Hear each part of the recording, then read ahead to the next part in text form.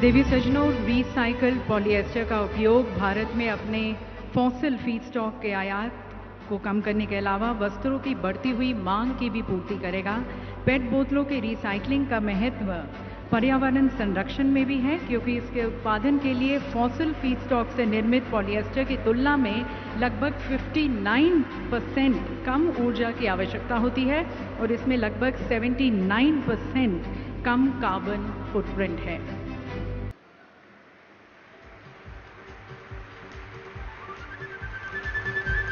Ladies and gentlemen, I would like to draw your attention on the sides here, just closer to the podium. We have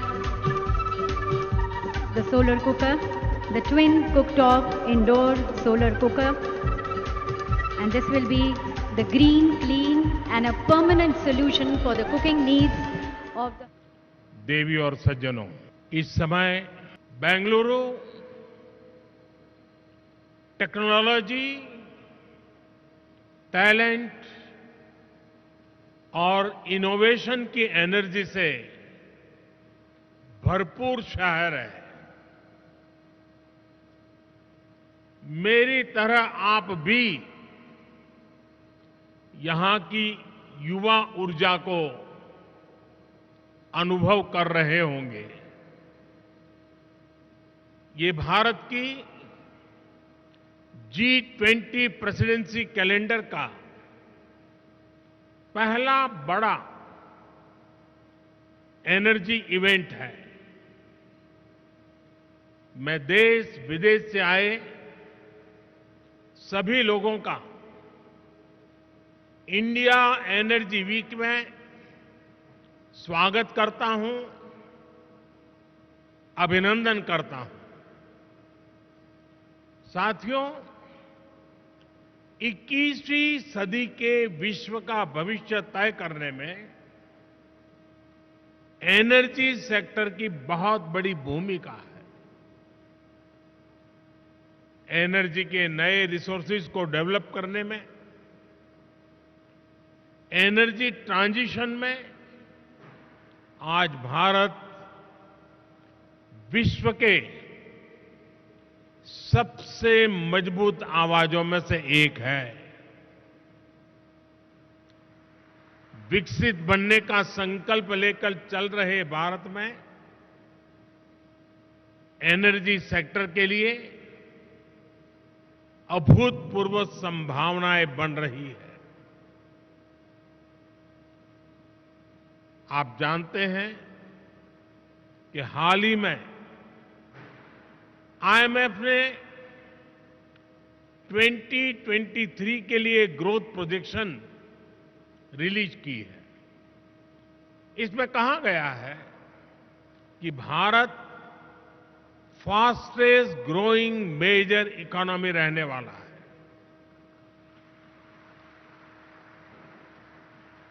महामारी और युद्ध के प्रभाव के बावजूद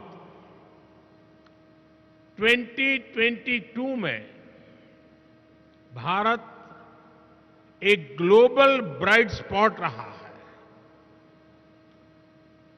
एक्सटर्नल सर्कमस्टेंसेस जो भी रहे, भारत ने इंटरनल रेजिलियंस की वजह से हर चुनौती को पार किया। इसके पीछे मल्टीपल फैक्टर्स ने काम किया। पहला, स्टेबल डिसिसिव गवर्नमेंट। दूसरा, सस्टेन रिफॉर्म्स। और तीसरा, ग्रासरूट पर socio economic empowerment.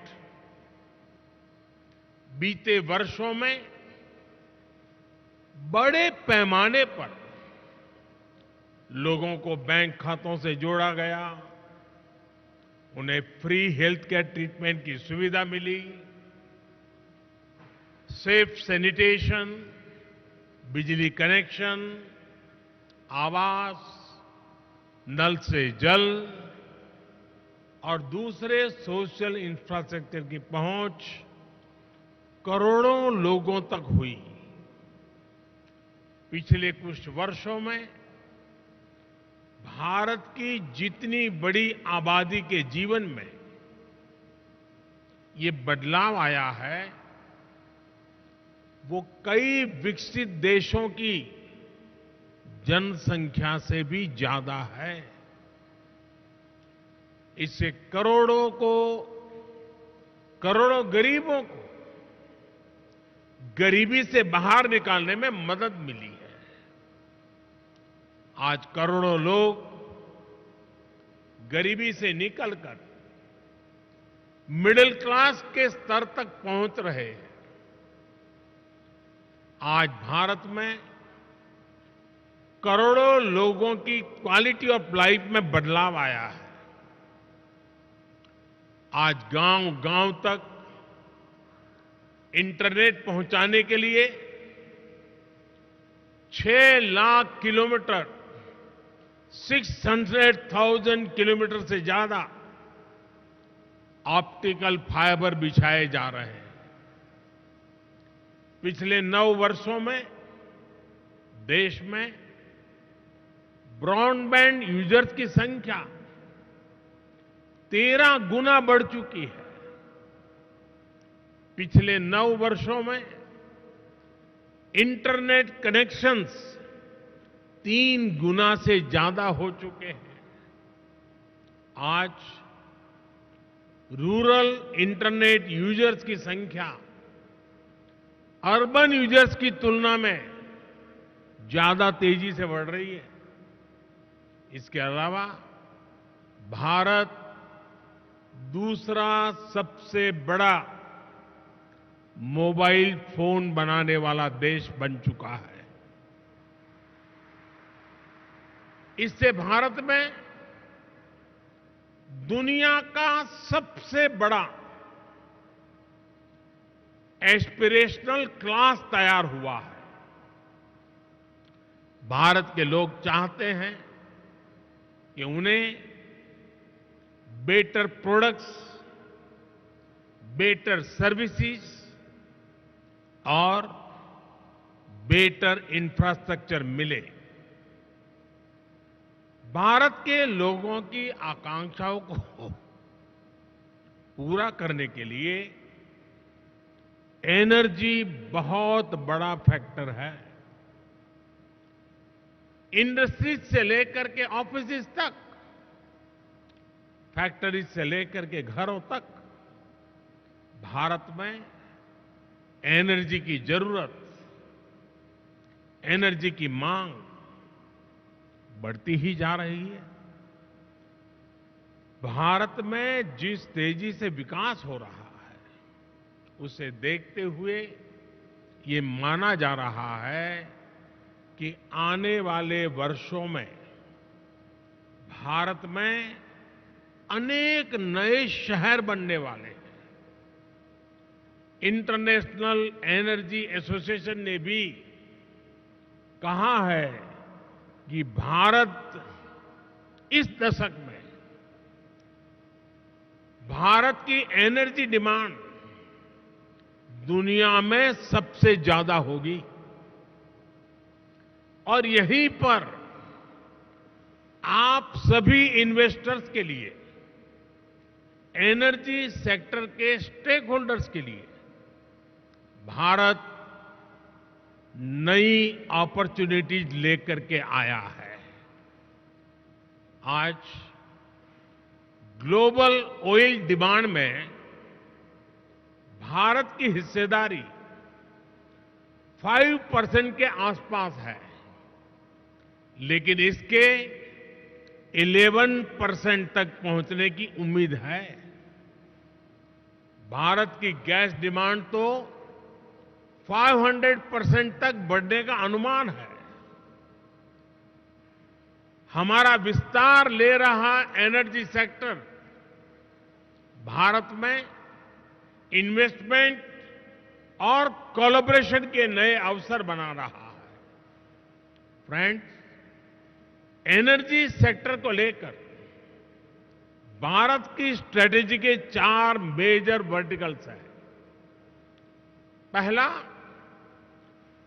Domestic exploration और प्रोडक्शन को बढ़ाना।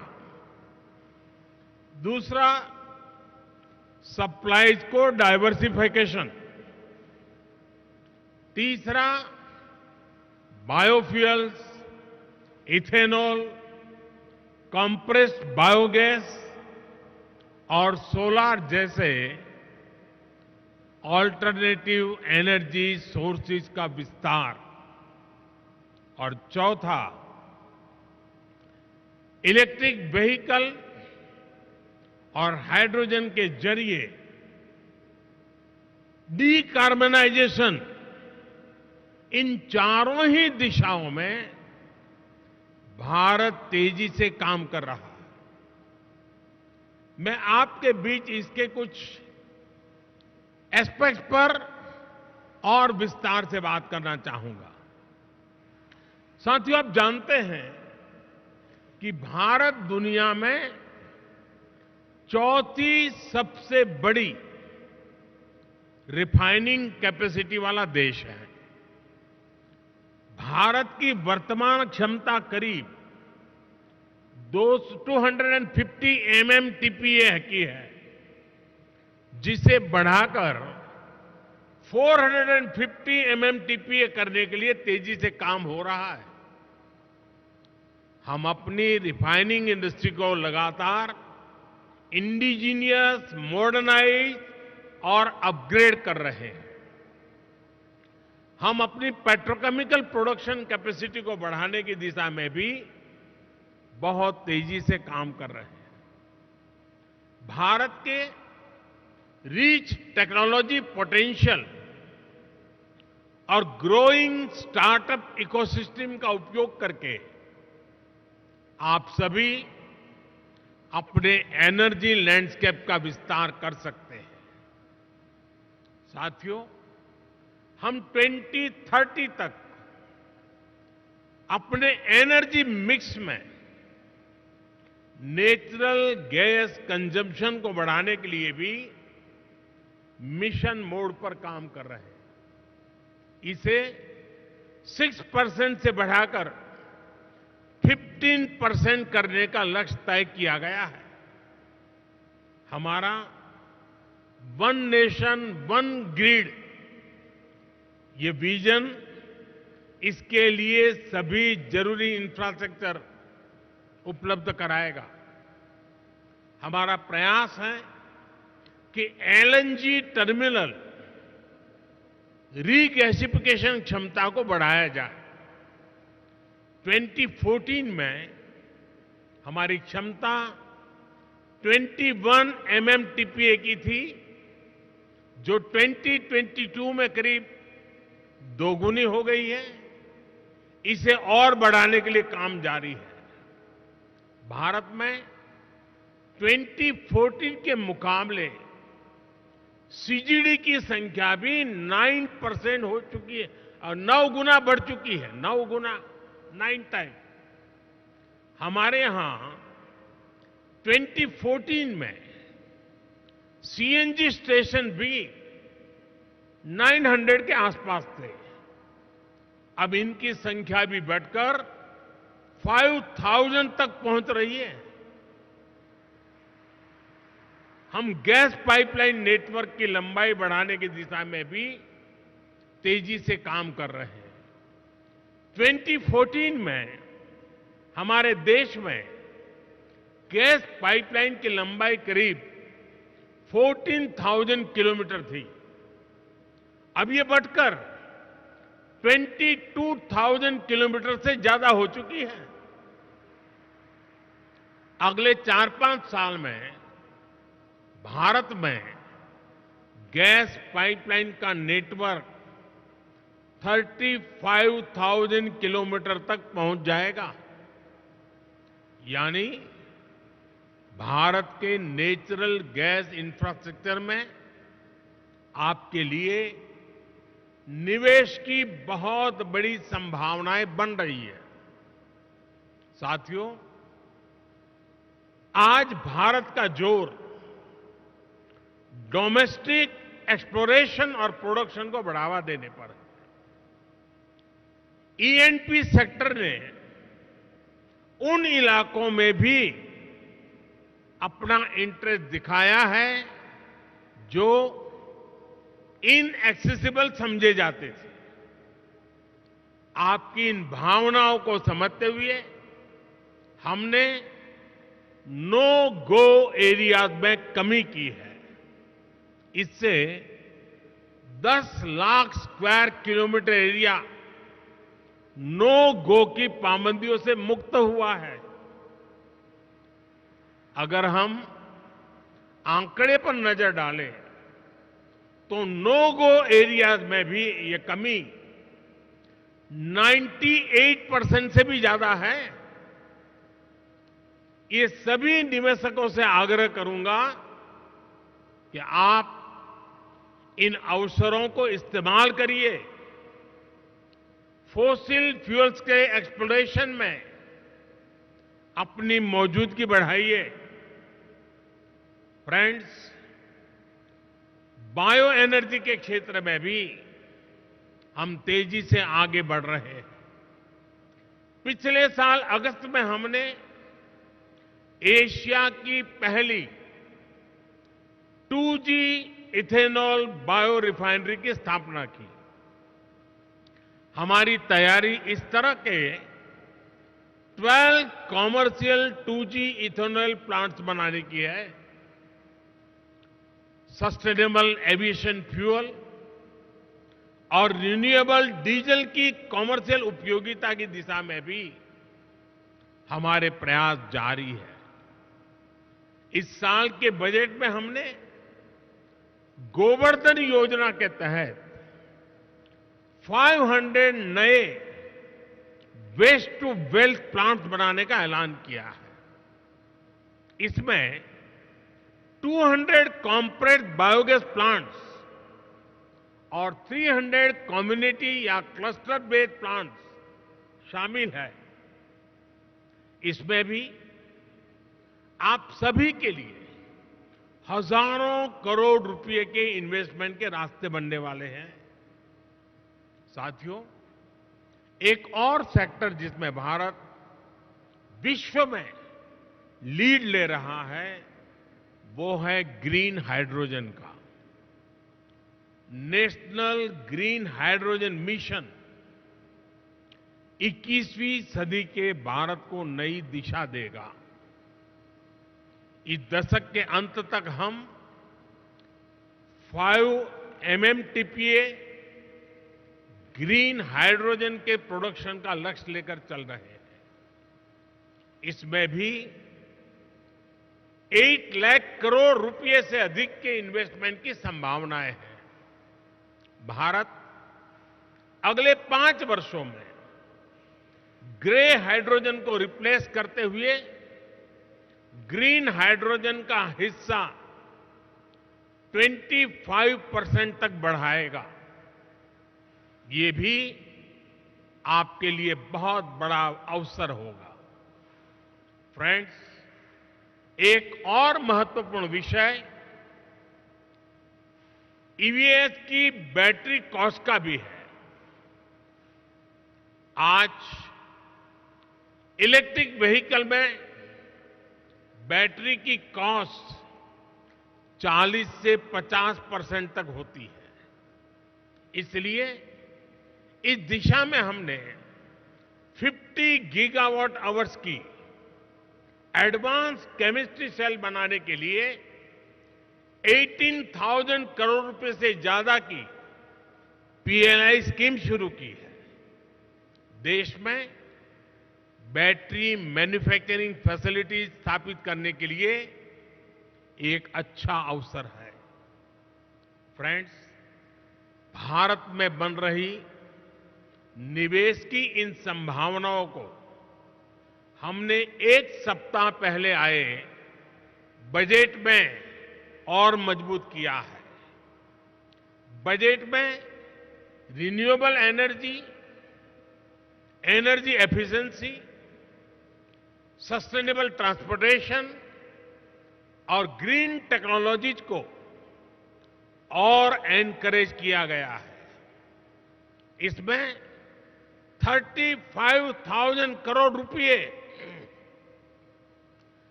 प्रायोरिटी कैपिटल इन्वेस्टमेंट के लिए रखे गए हैं, ताकि एनर्जी ट्रांजिशन और नेट जीरो ऑब्जेक्टिव्स को बल मिले। बजट में हमने कैपिटल एक्सपेंडिचर के लिए 10 लाख करोड़ रुपए का भी प्रावधान किया है। इससे भी ग्रीन हाइड्रोजन से लेकर सोलार और रोड जैसे हर तरह के इंफ्रास्ट्रक्चर को गति मिलेगी। साथियों, 2014 के बाद से ग्रीन एनर्जी को लेकर भारत का कमिटमेंट और भारत के प्रयास पूरी दुनिया को देख रहे हैं। बीते 9 वर्षों में भारत में रिन्यूएबल एनर्जी कैपेसिटी करीब 70 गीगावाट से बढ़कर करीब 170 गीगावाट हो चुकी है। इसमें भी सोलर पावर कैपेसिटी 20 टाइम्स से ज्यादा बढ़ी है। आज भारत विंड पावर कैपेसिटी के मामले में दुनिया में चौथे नंबर पर है।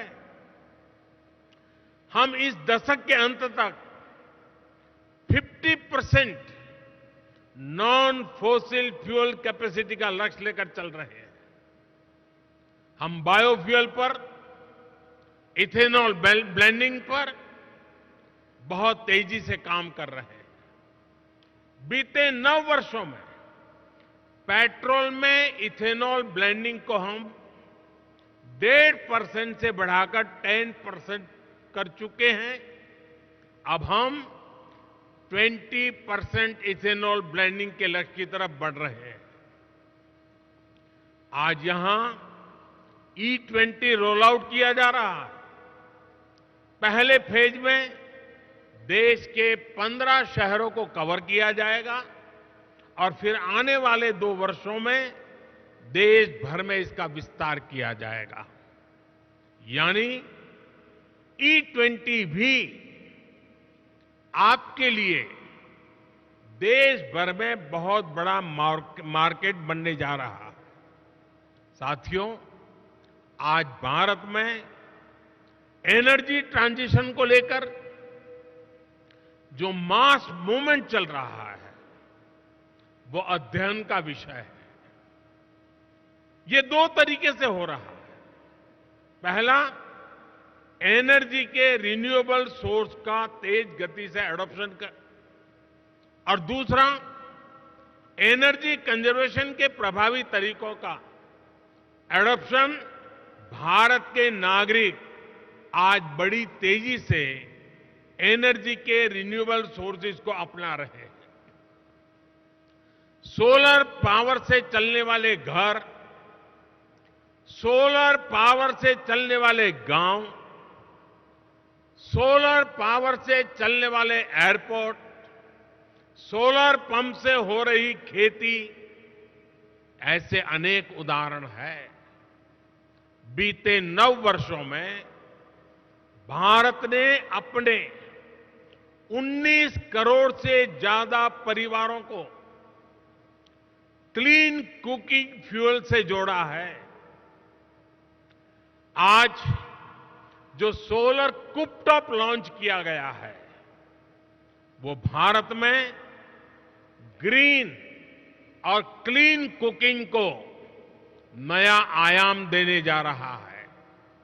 उम्मीद है कि अगले 2-3 साल में ही 3 करोड़ से अधिक घरों में सोलर कुकटॉप की पहुंच बन जाएगी। इससे एक तरह से भारत किचन में क्रांति लाने का काम करेगा। भारत में 25 करोड़ से अधिक परिवार हैं। आप कल्पना कर सकते हैं कि सिर्फ सोलर कुकटॉप से जुड़े निवेश में आपके लिए कितनी संभावनाएं बन रही हैं। साथियों, भारत के नागरिक एनर्जी कंजर्वेशन के प्रभावी तरीकों की तरफ तेजी से शिफ्ट हो रहे हैं। अब ज्यादातर घरों में स्ट्रीट लाइट्स में एलईडी बल्ब का इस्तेमाल होता है। भारत के घरों में स्मार्ट मीटर लगाए जा रहे हैं। लार्ज स्केल पर सीएनजी और एलएनजी को अपनाया जा रहा है। इलेक्ट्रिक व्हीकल्स की बढ़ती लोकप्रियता इस दिशा में बड़े बदलाव के संकेत दे रहे हैं। साथियों, ग्रीन ग्रोथ की तरफ, एनर्जी ट्रांजिशन की तरफ भारत के बड़े प्रयास हमारी वैल्यूज को भी रिफ्लेक्ट करते हैं। सर्कुलर इकोनॉमी एक तरह से हर भारतीय की जीवन शैली का हिस्सा है। रिड्यूस, रीयूज और रिसाइकल का मंत्र हमारे संस्कारों में रहा है। आज इसका ही एक उदाहरण हमें यहां अभी देखने को मिला है। प्लास्टिक की वेस्ट बॉटल्स को रिसाइकल करके जो यूनिफॉर्म बनाई गई है, आपने उसे देखा है। फैशन की दुनिया के लिए, सुंदरता की दुनिया के लिए उसमें कोई कमी नहीं है। हर साल 10 करोड़ ऐसी बॉटल्स की रिसाइकलिंग का लक्ष्य पर्यावरण की रक्षा में बहुत मदद करेगा। ये मिशन लाइफ यानी लाइफस्टाइल फॉर एनवायरनमेंट को भी मजबूती देगा, जिसकी दुनिया को आज बहुत आवश्यकता है। इन्हीं संस्कारों पर चलते हुए भारत ने 2070 तक नेट जीरो का टारगेट तय किया है। इंटरनेशनल सोलर अलायंस जैसे प्रयासों से भारत इस सद्भावना को दुनिया में मजबूत करना चाहता है। साथियों, मैं आपका फिर आह्वान करूंगा कि भारत के एनर्जी सेक्टर से जुड़ी हर संभावनाओं को जरूर एक्सप्लोर करें, उससे जुड़े। आज भारत आपके इन्वेस्टमेंट के लिए दुनिया में सबसे उपयुक्त जगह है। Thank you very much, Honorable Prime Minister, sir, for sharing the green growth plans which India has, and that is where the opportunity lies for the energy innovators and the investors. माननीय प्रधानमंत्री जी का बहुत बहुत धन्यवाद उनके सतत मार्गदर्शन के लिए, उनके पथ प्रदर्शक संदेश के लिए।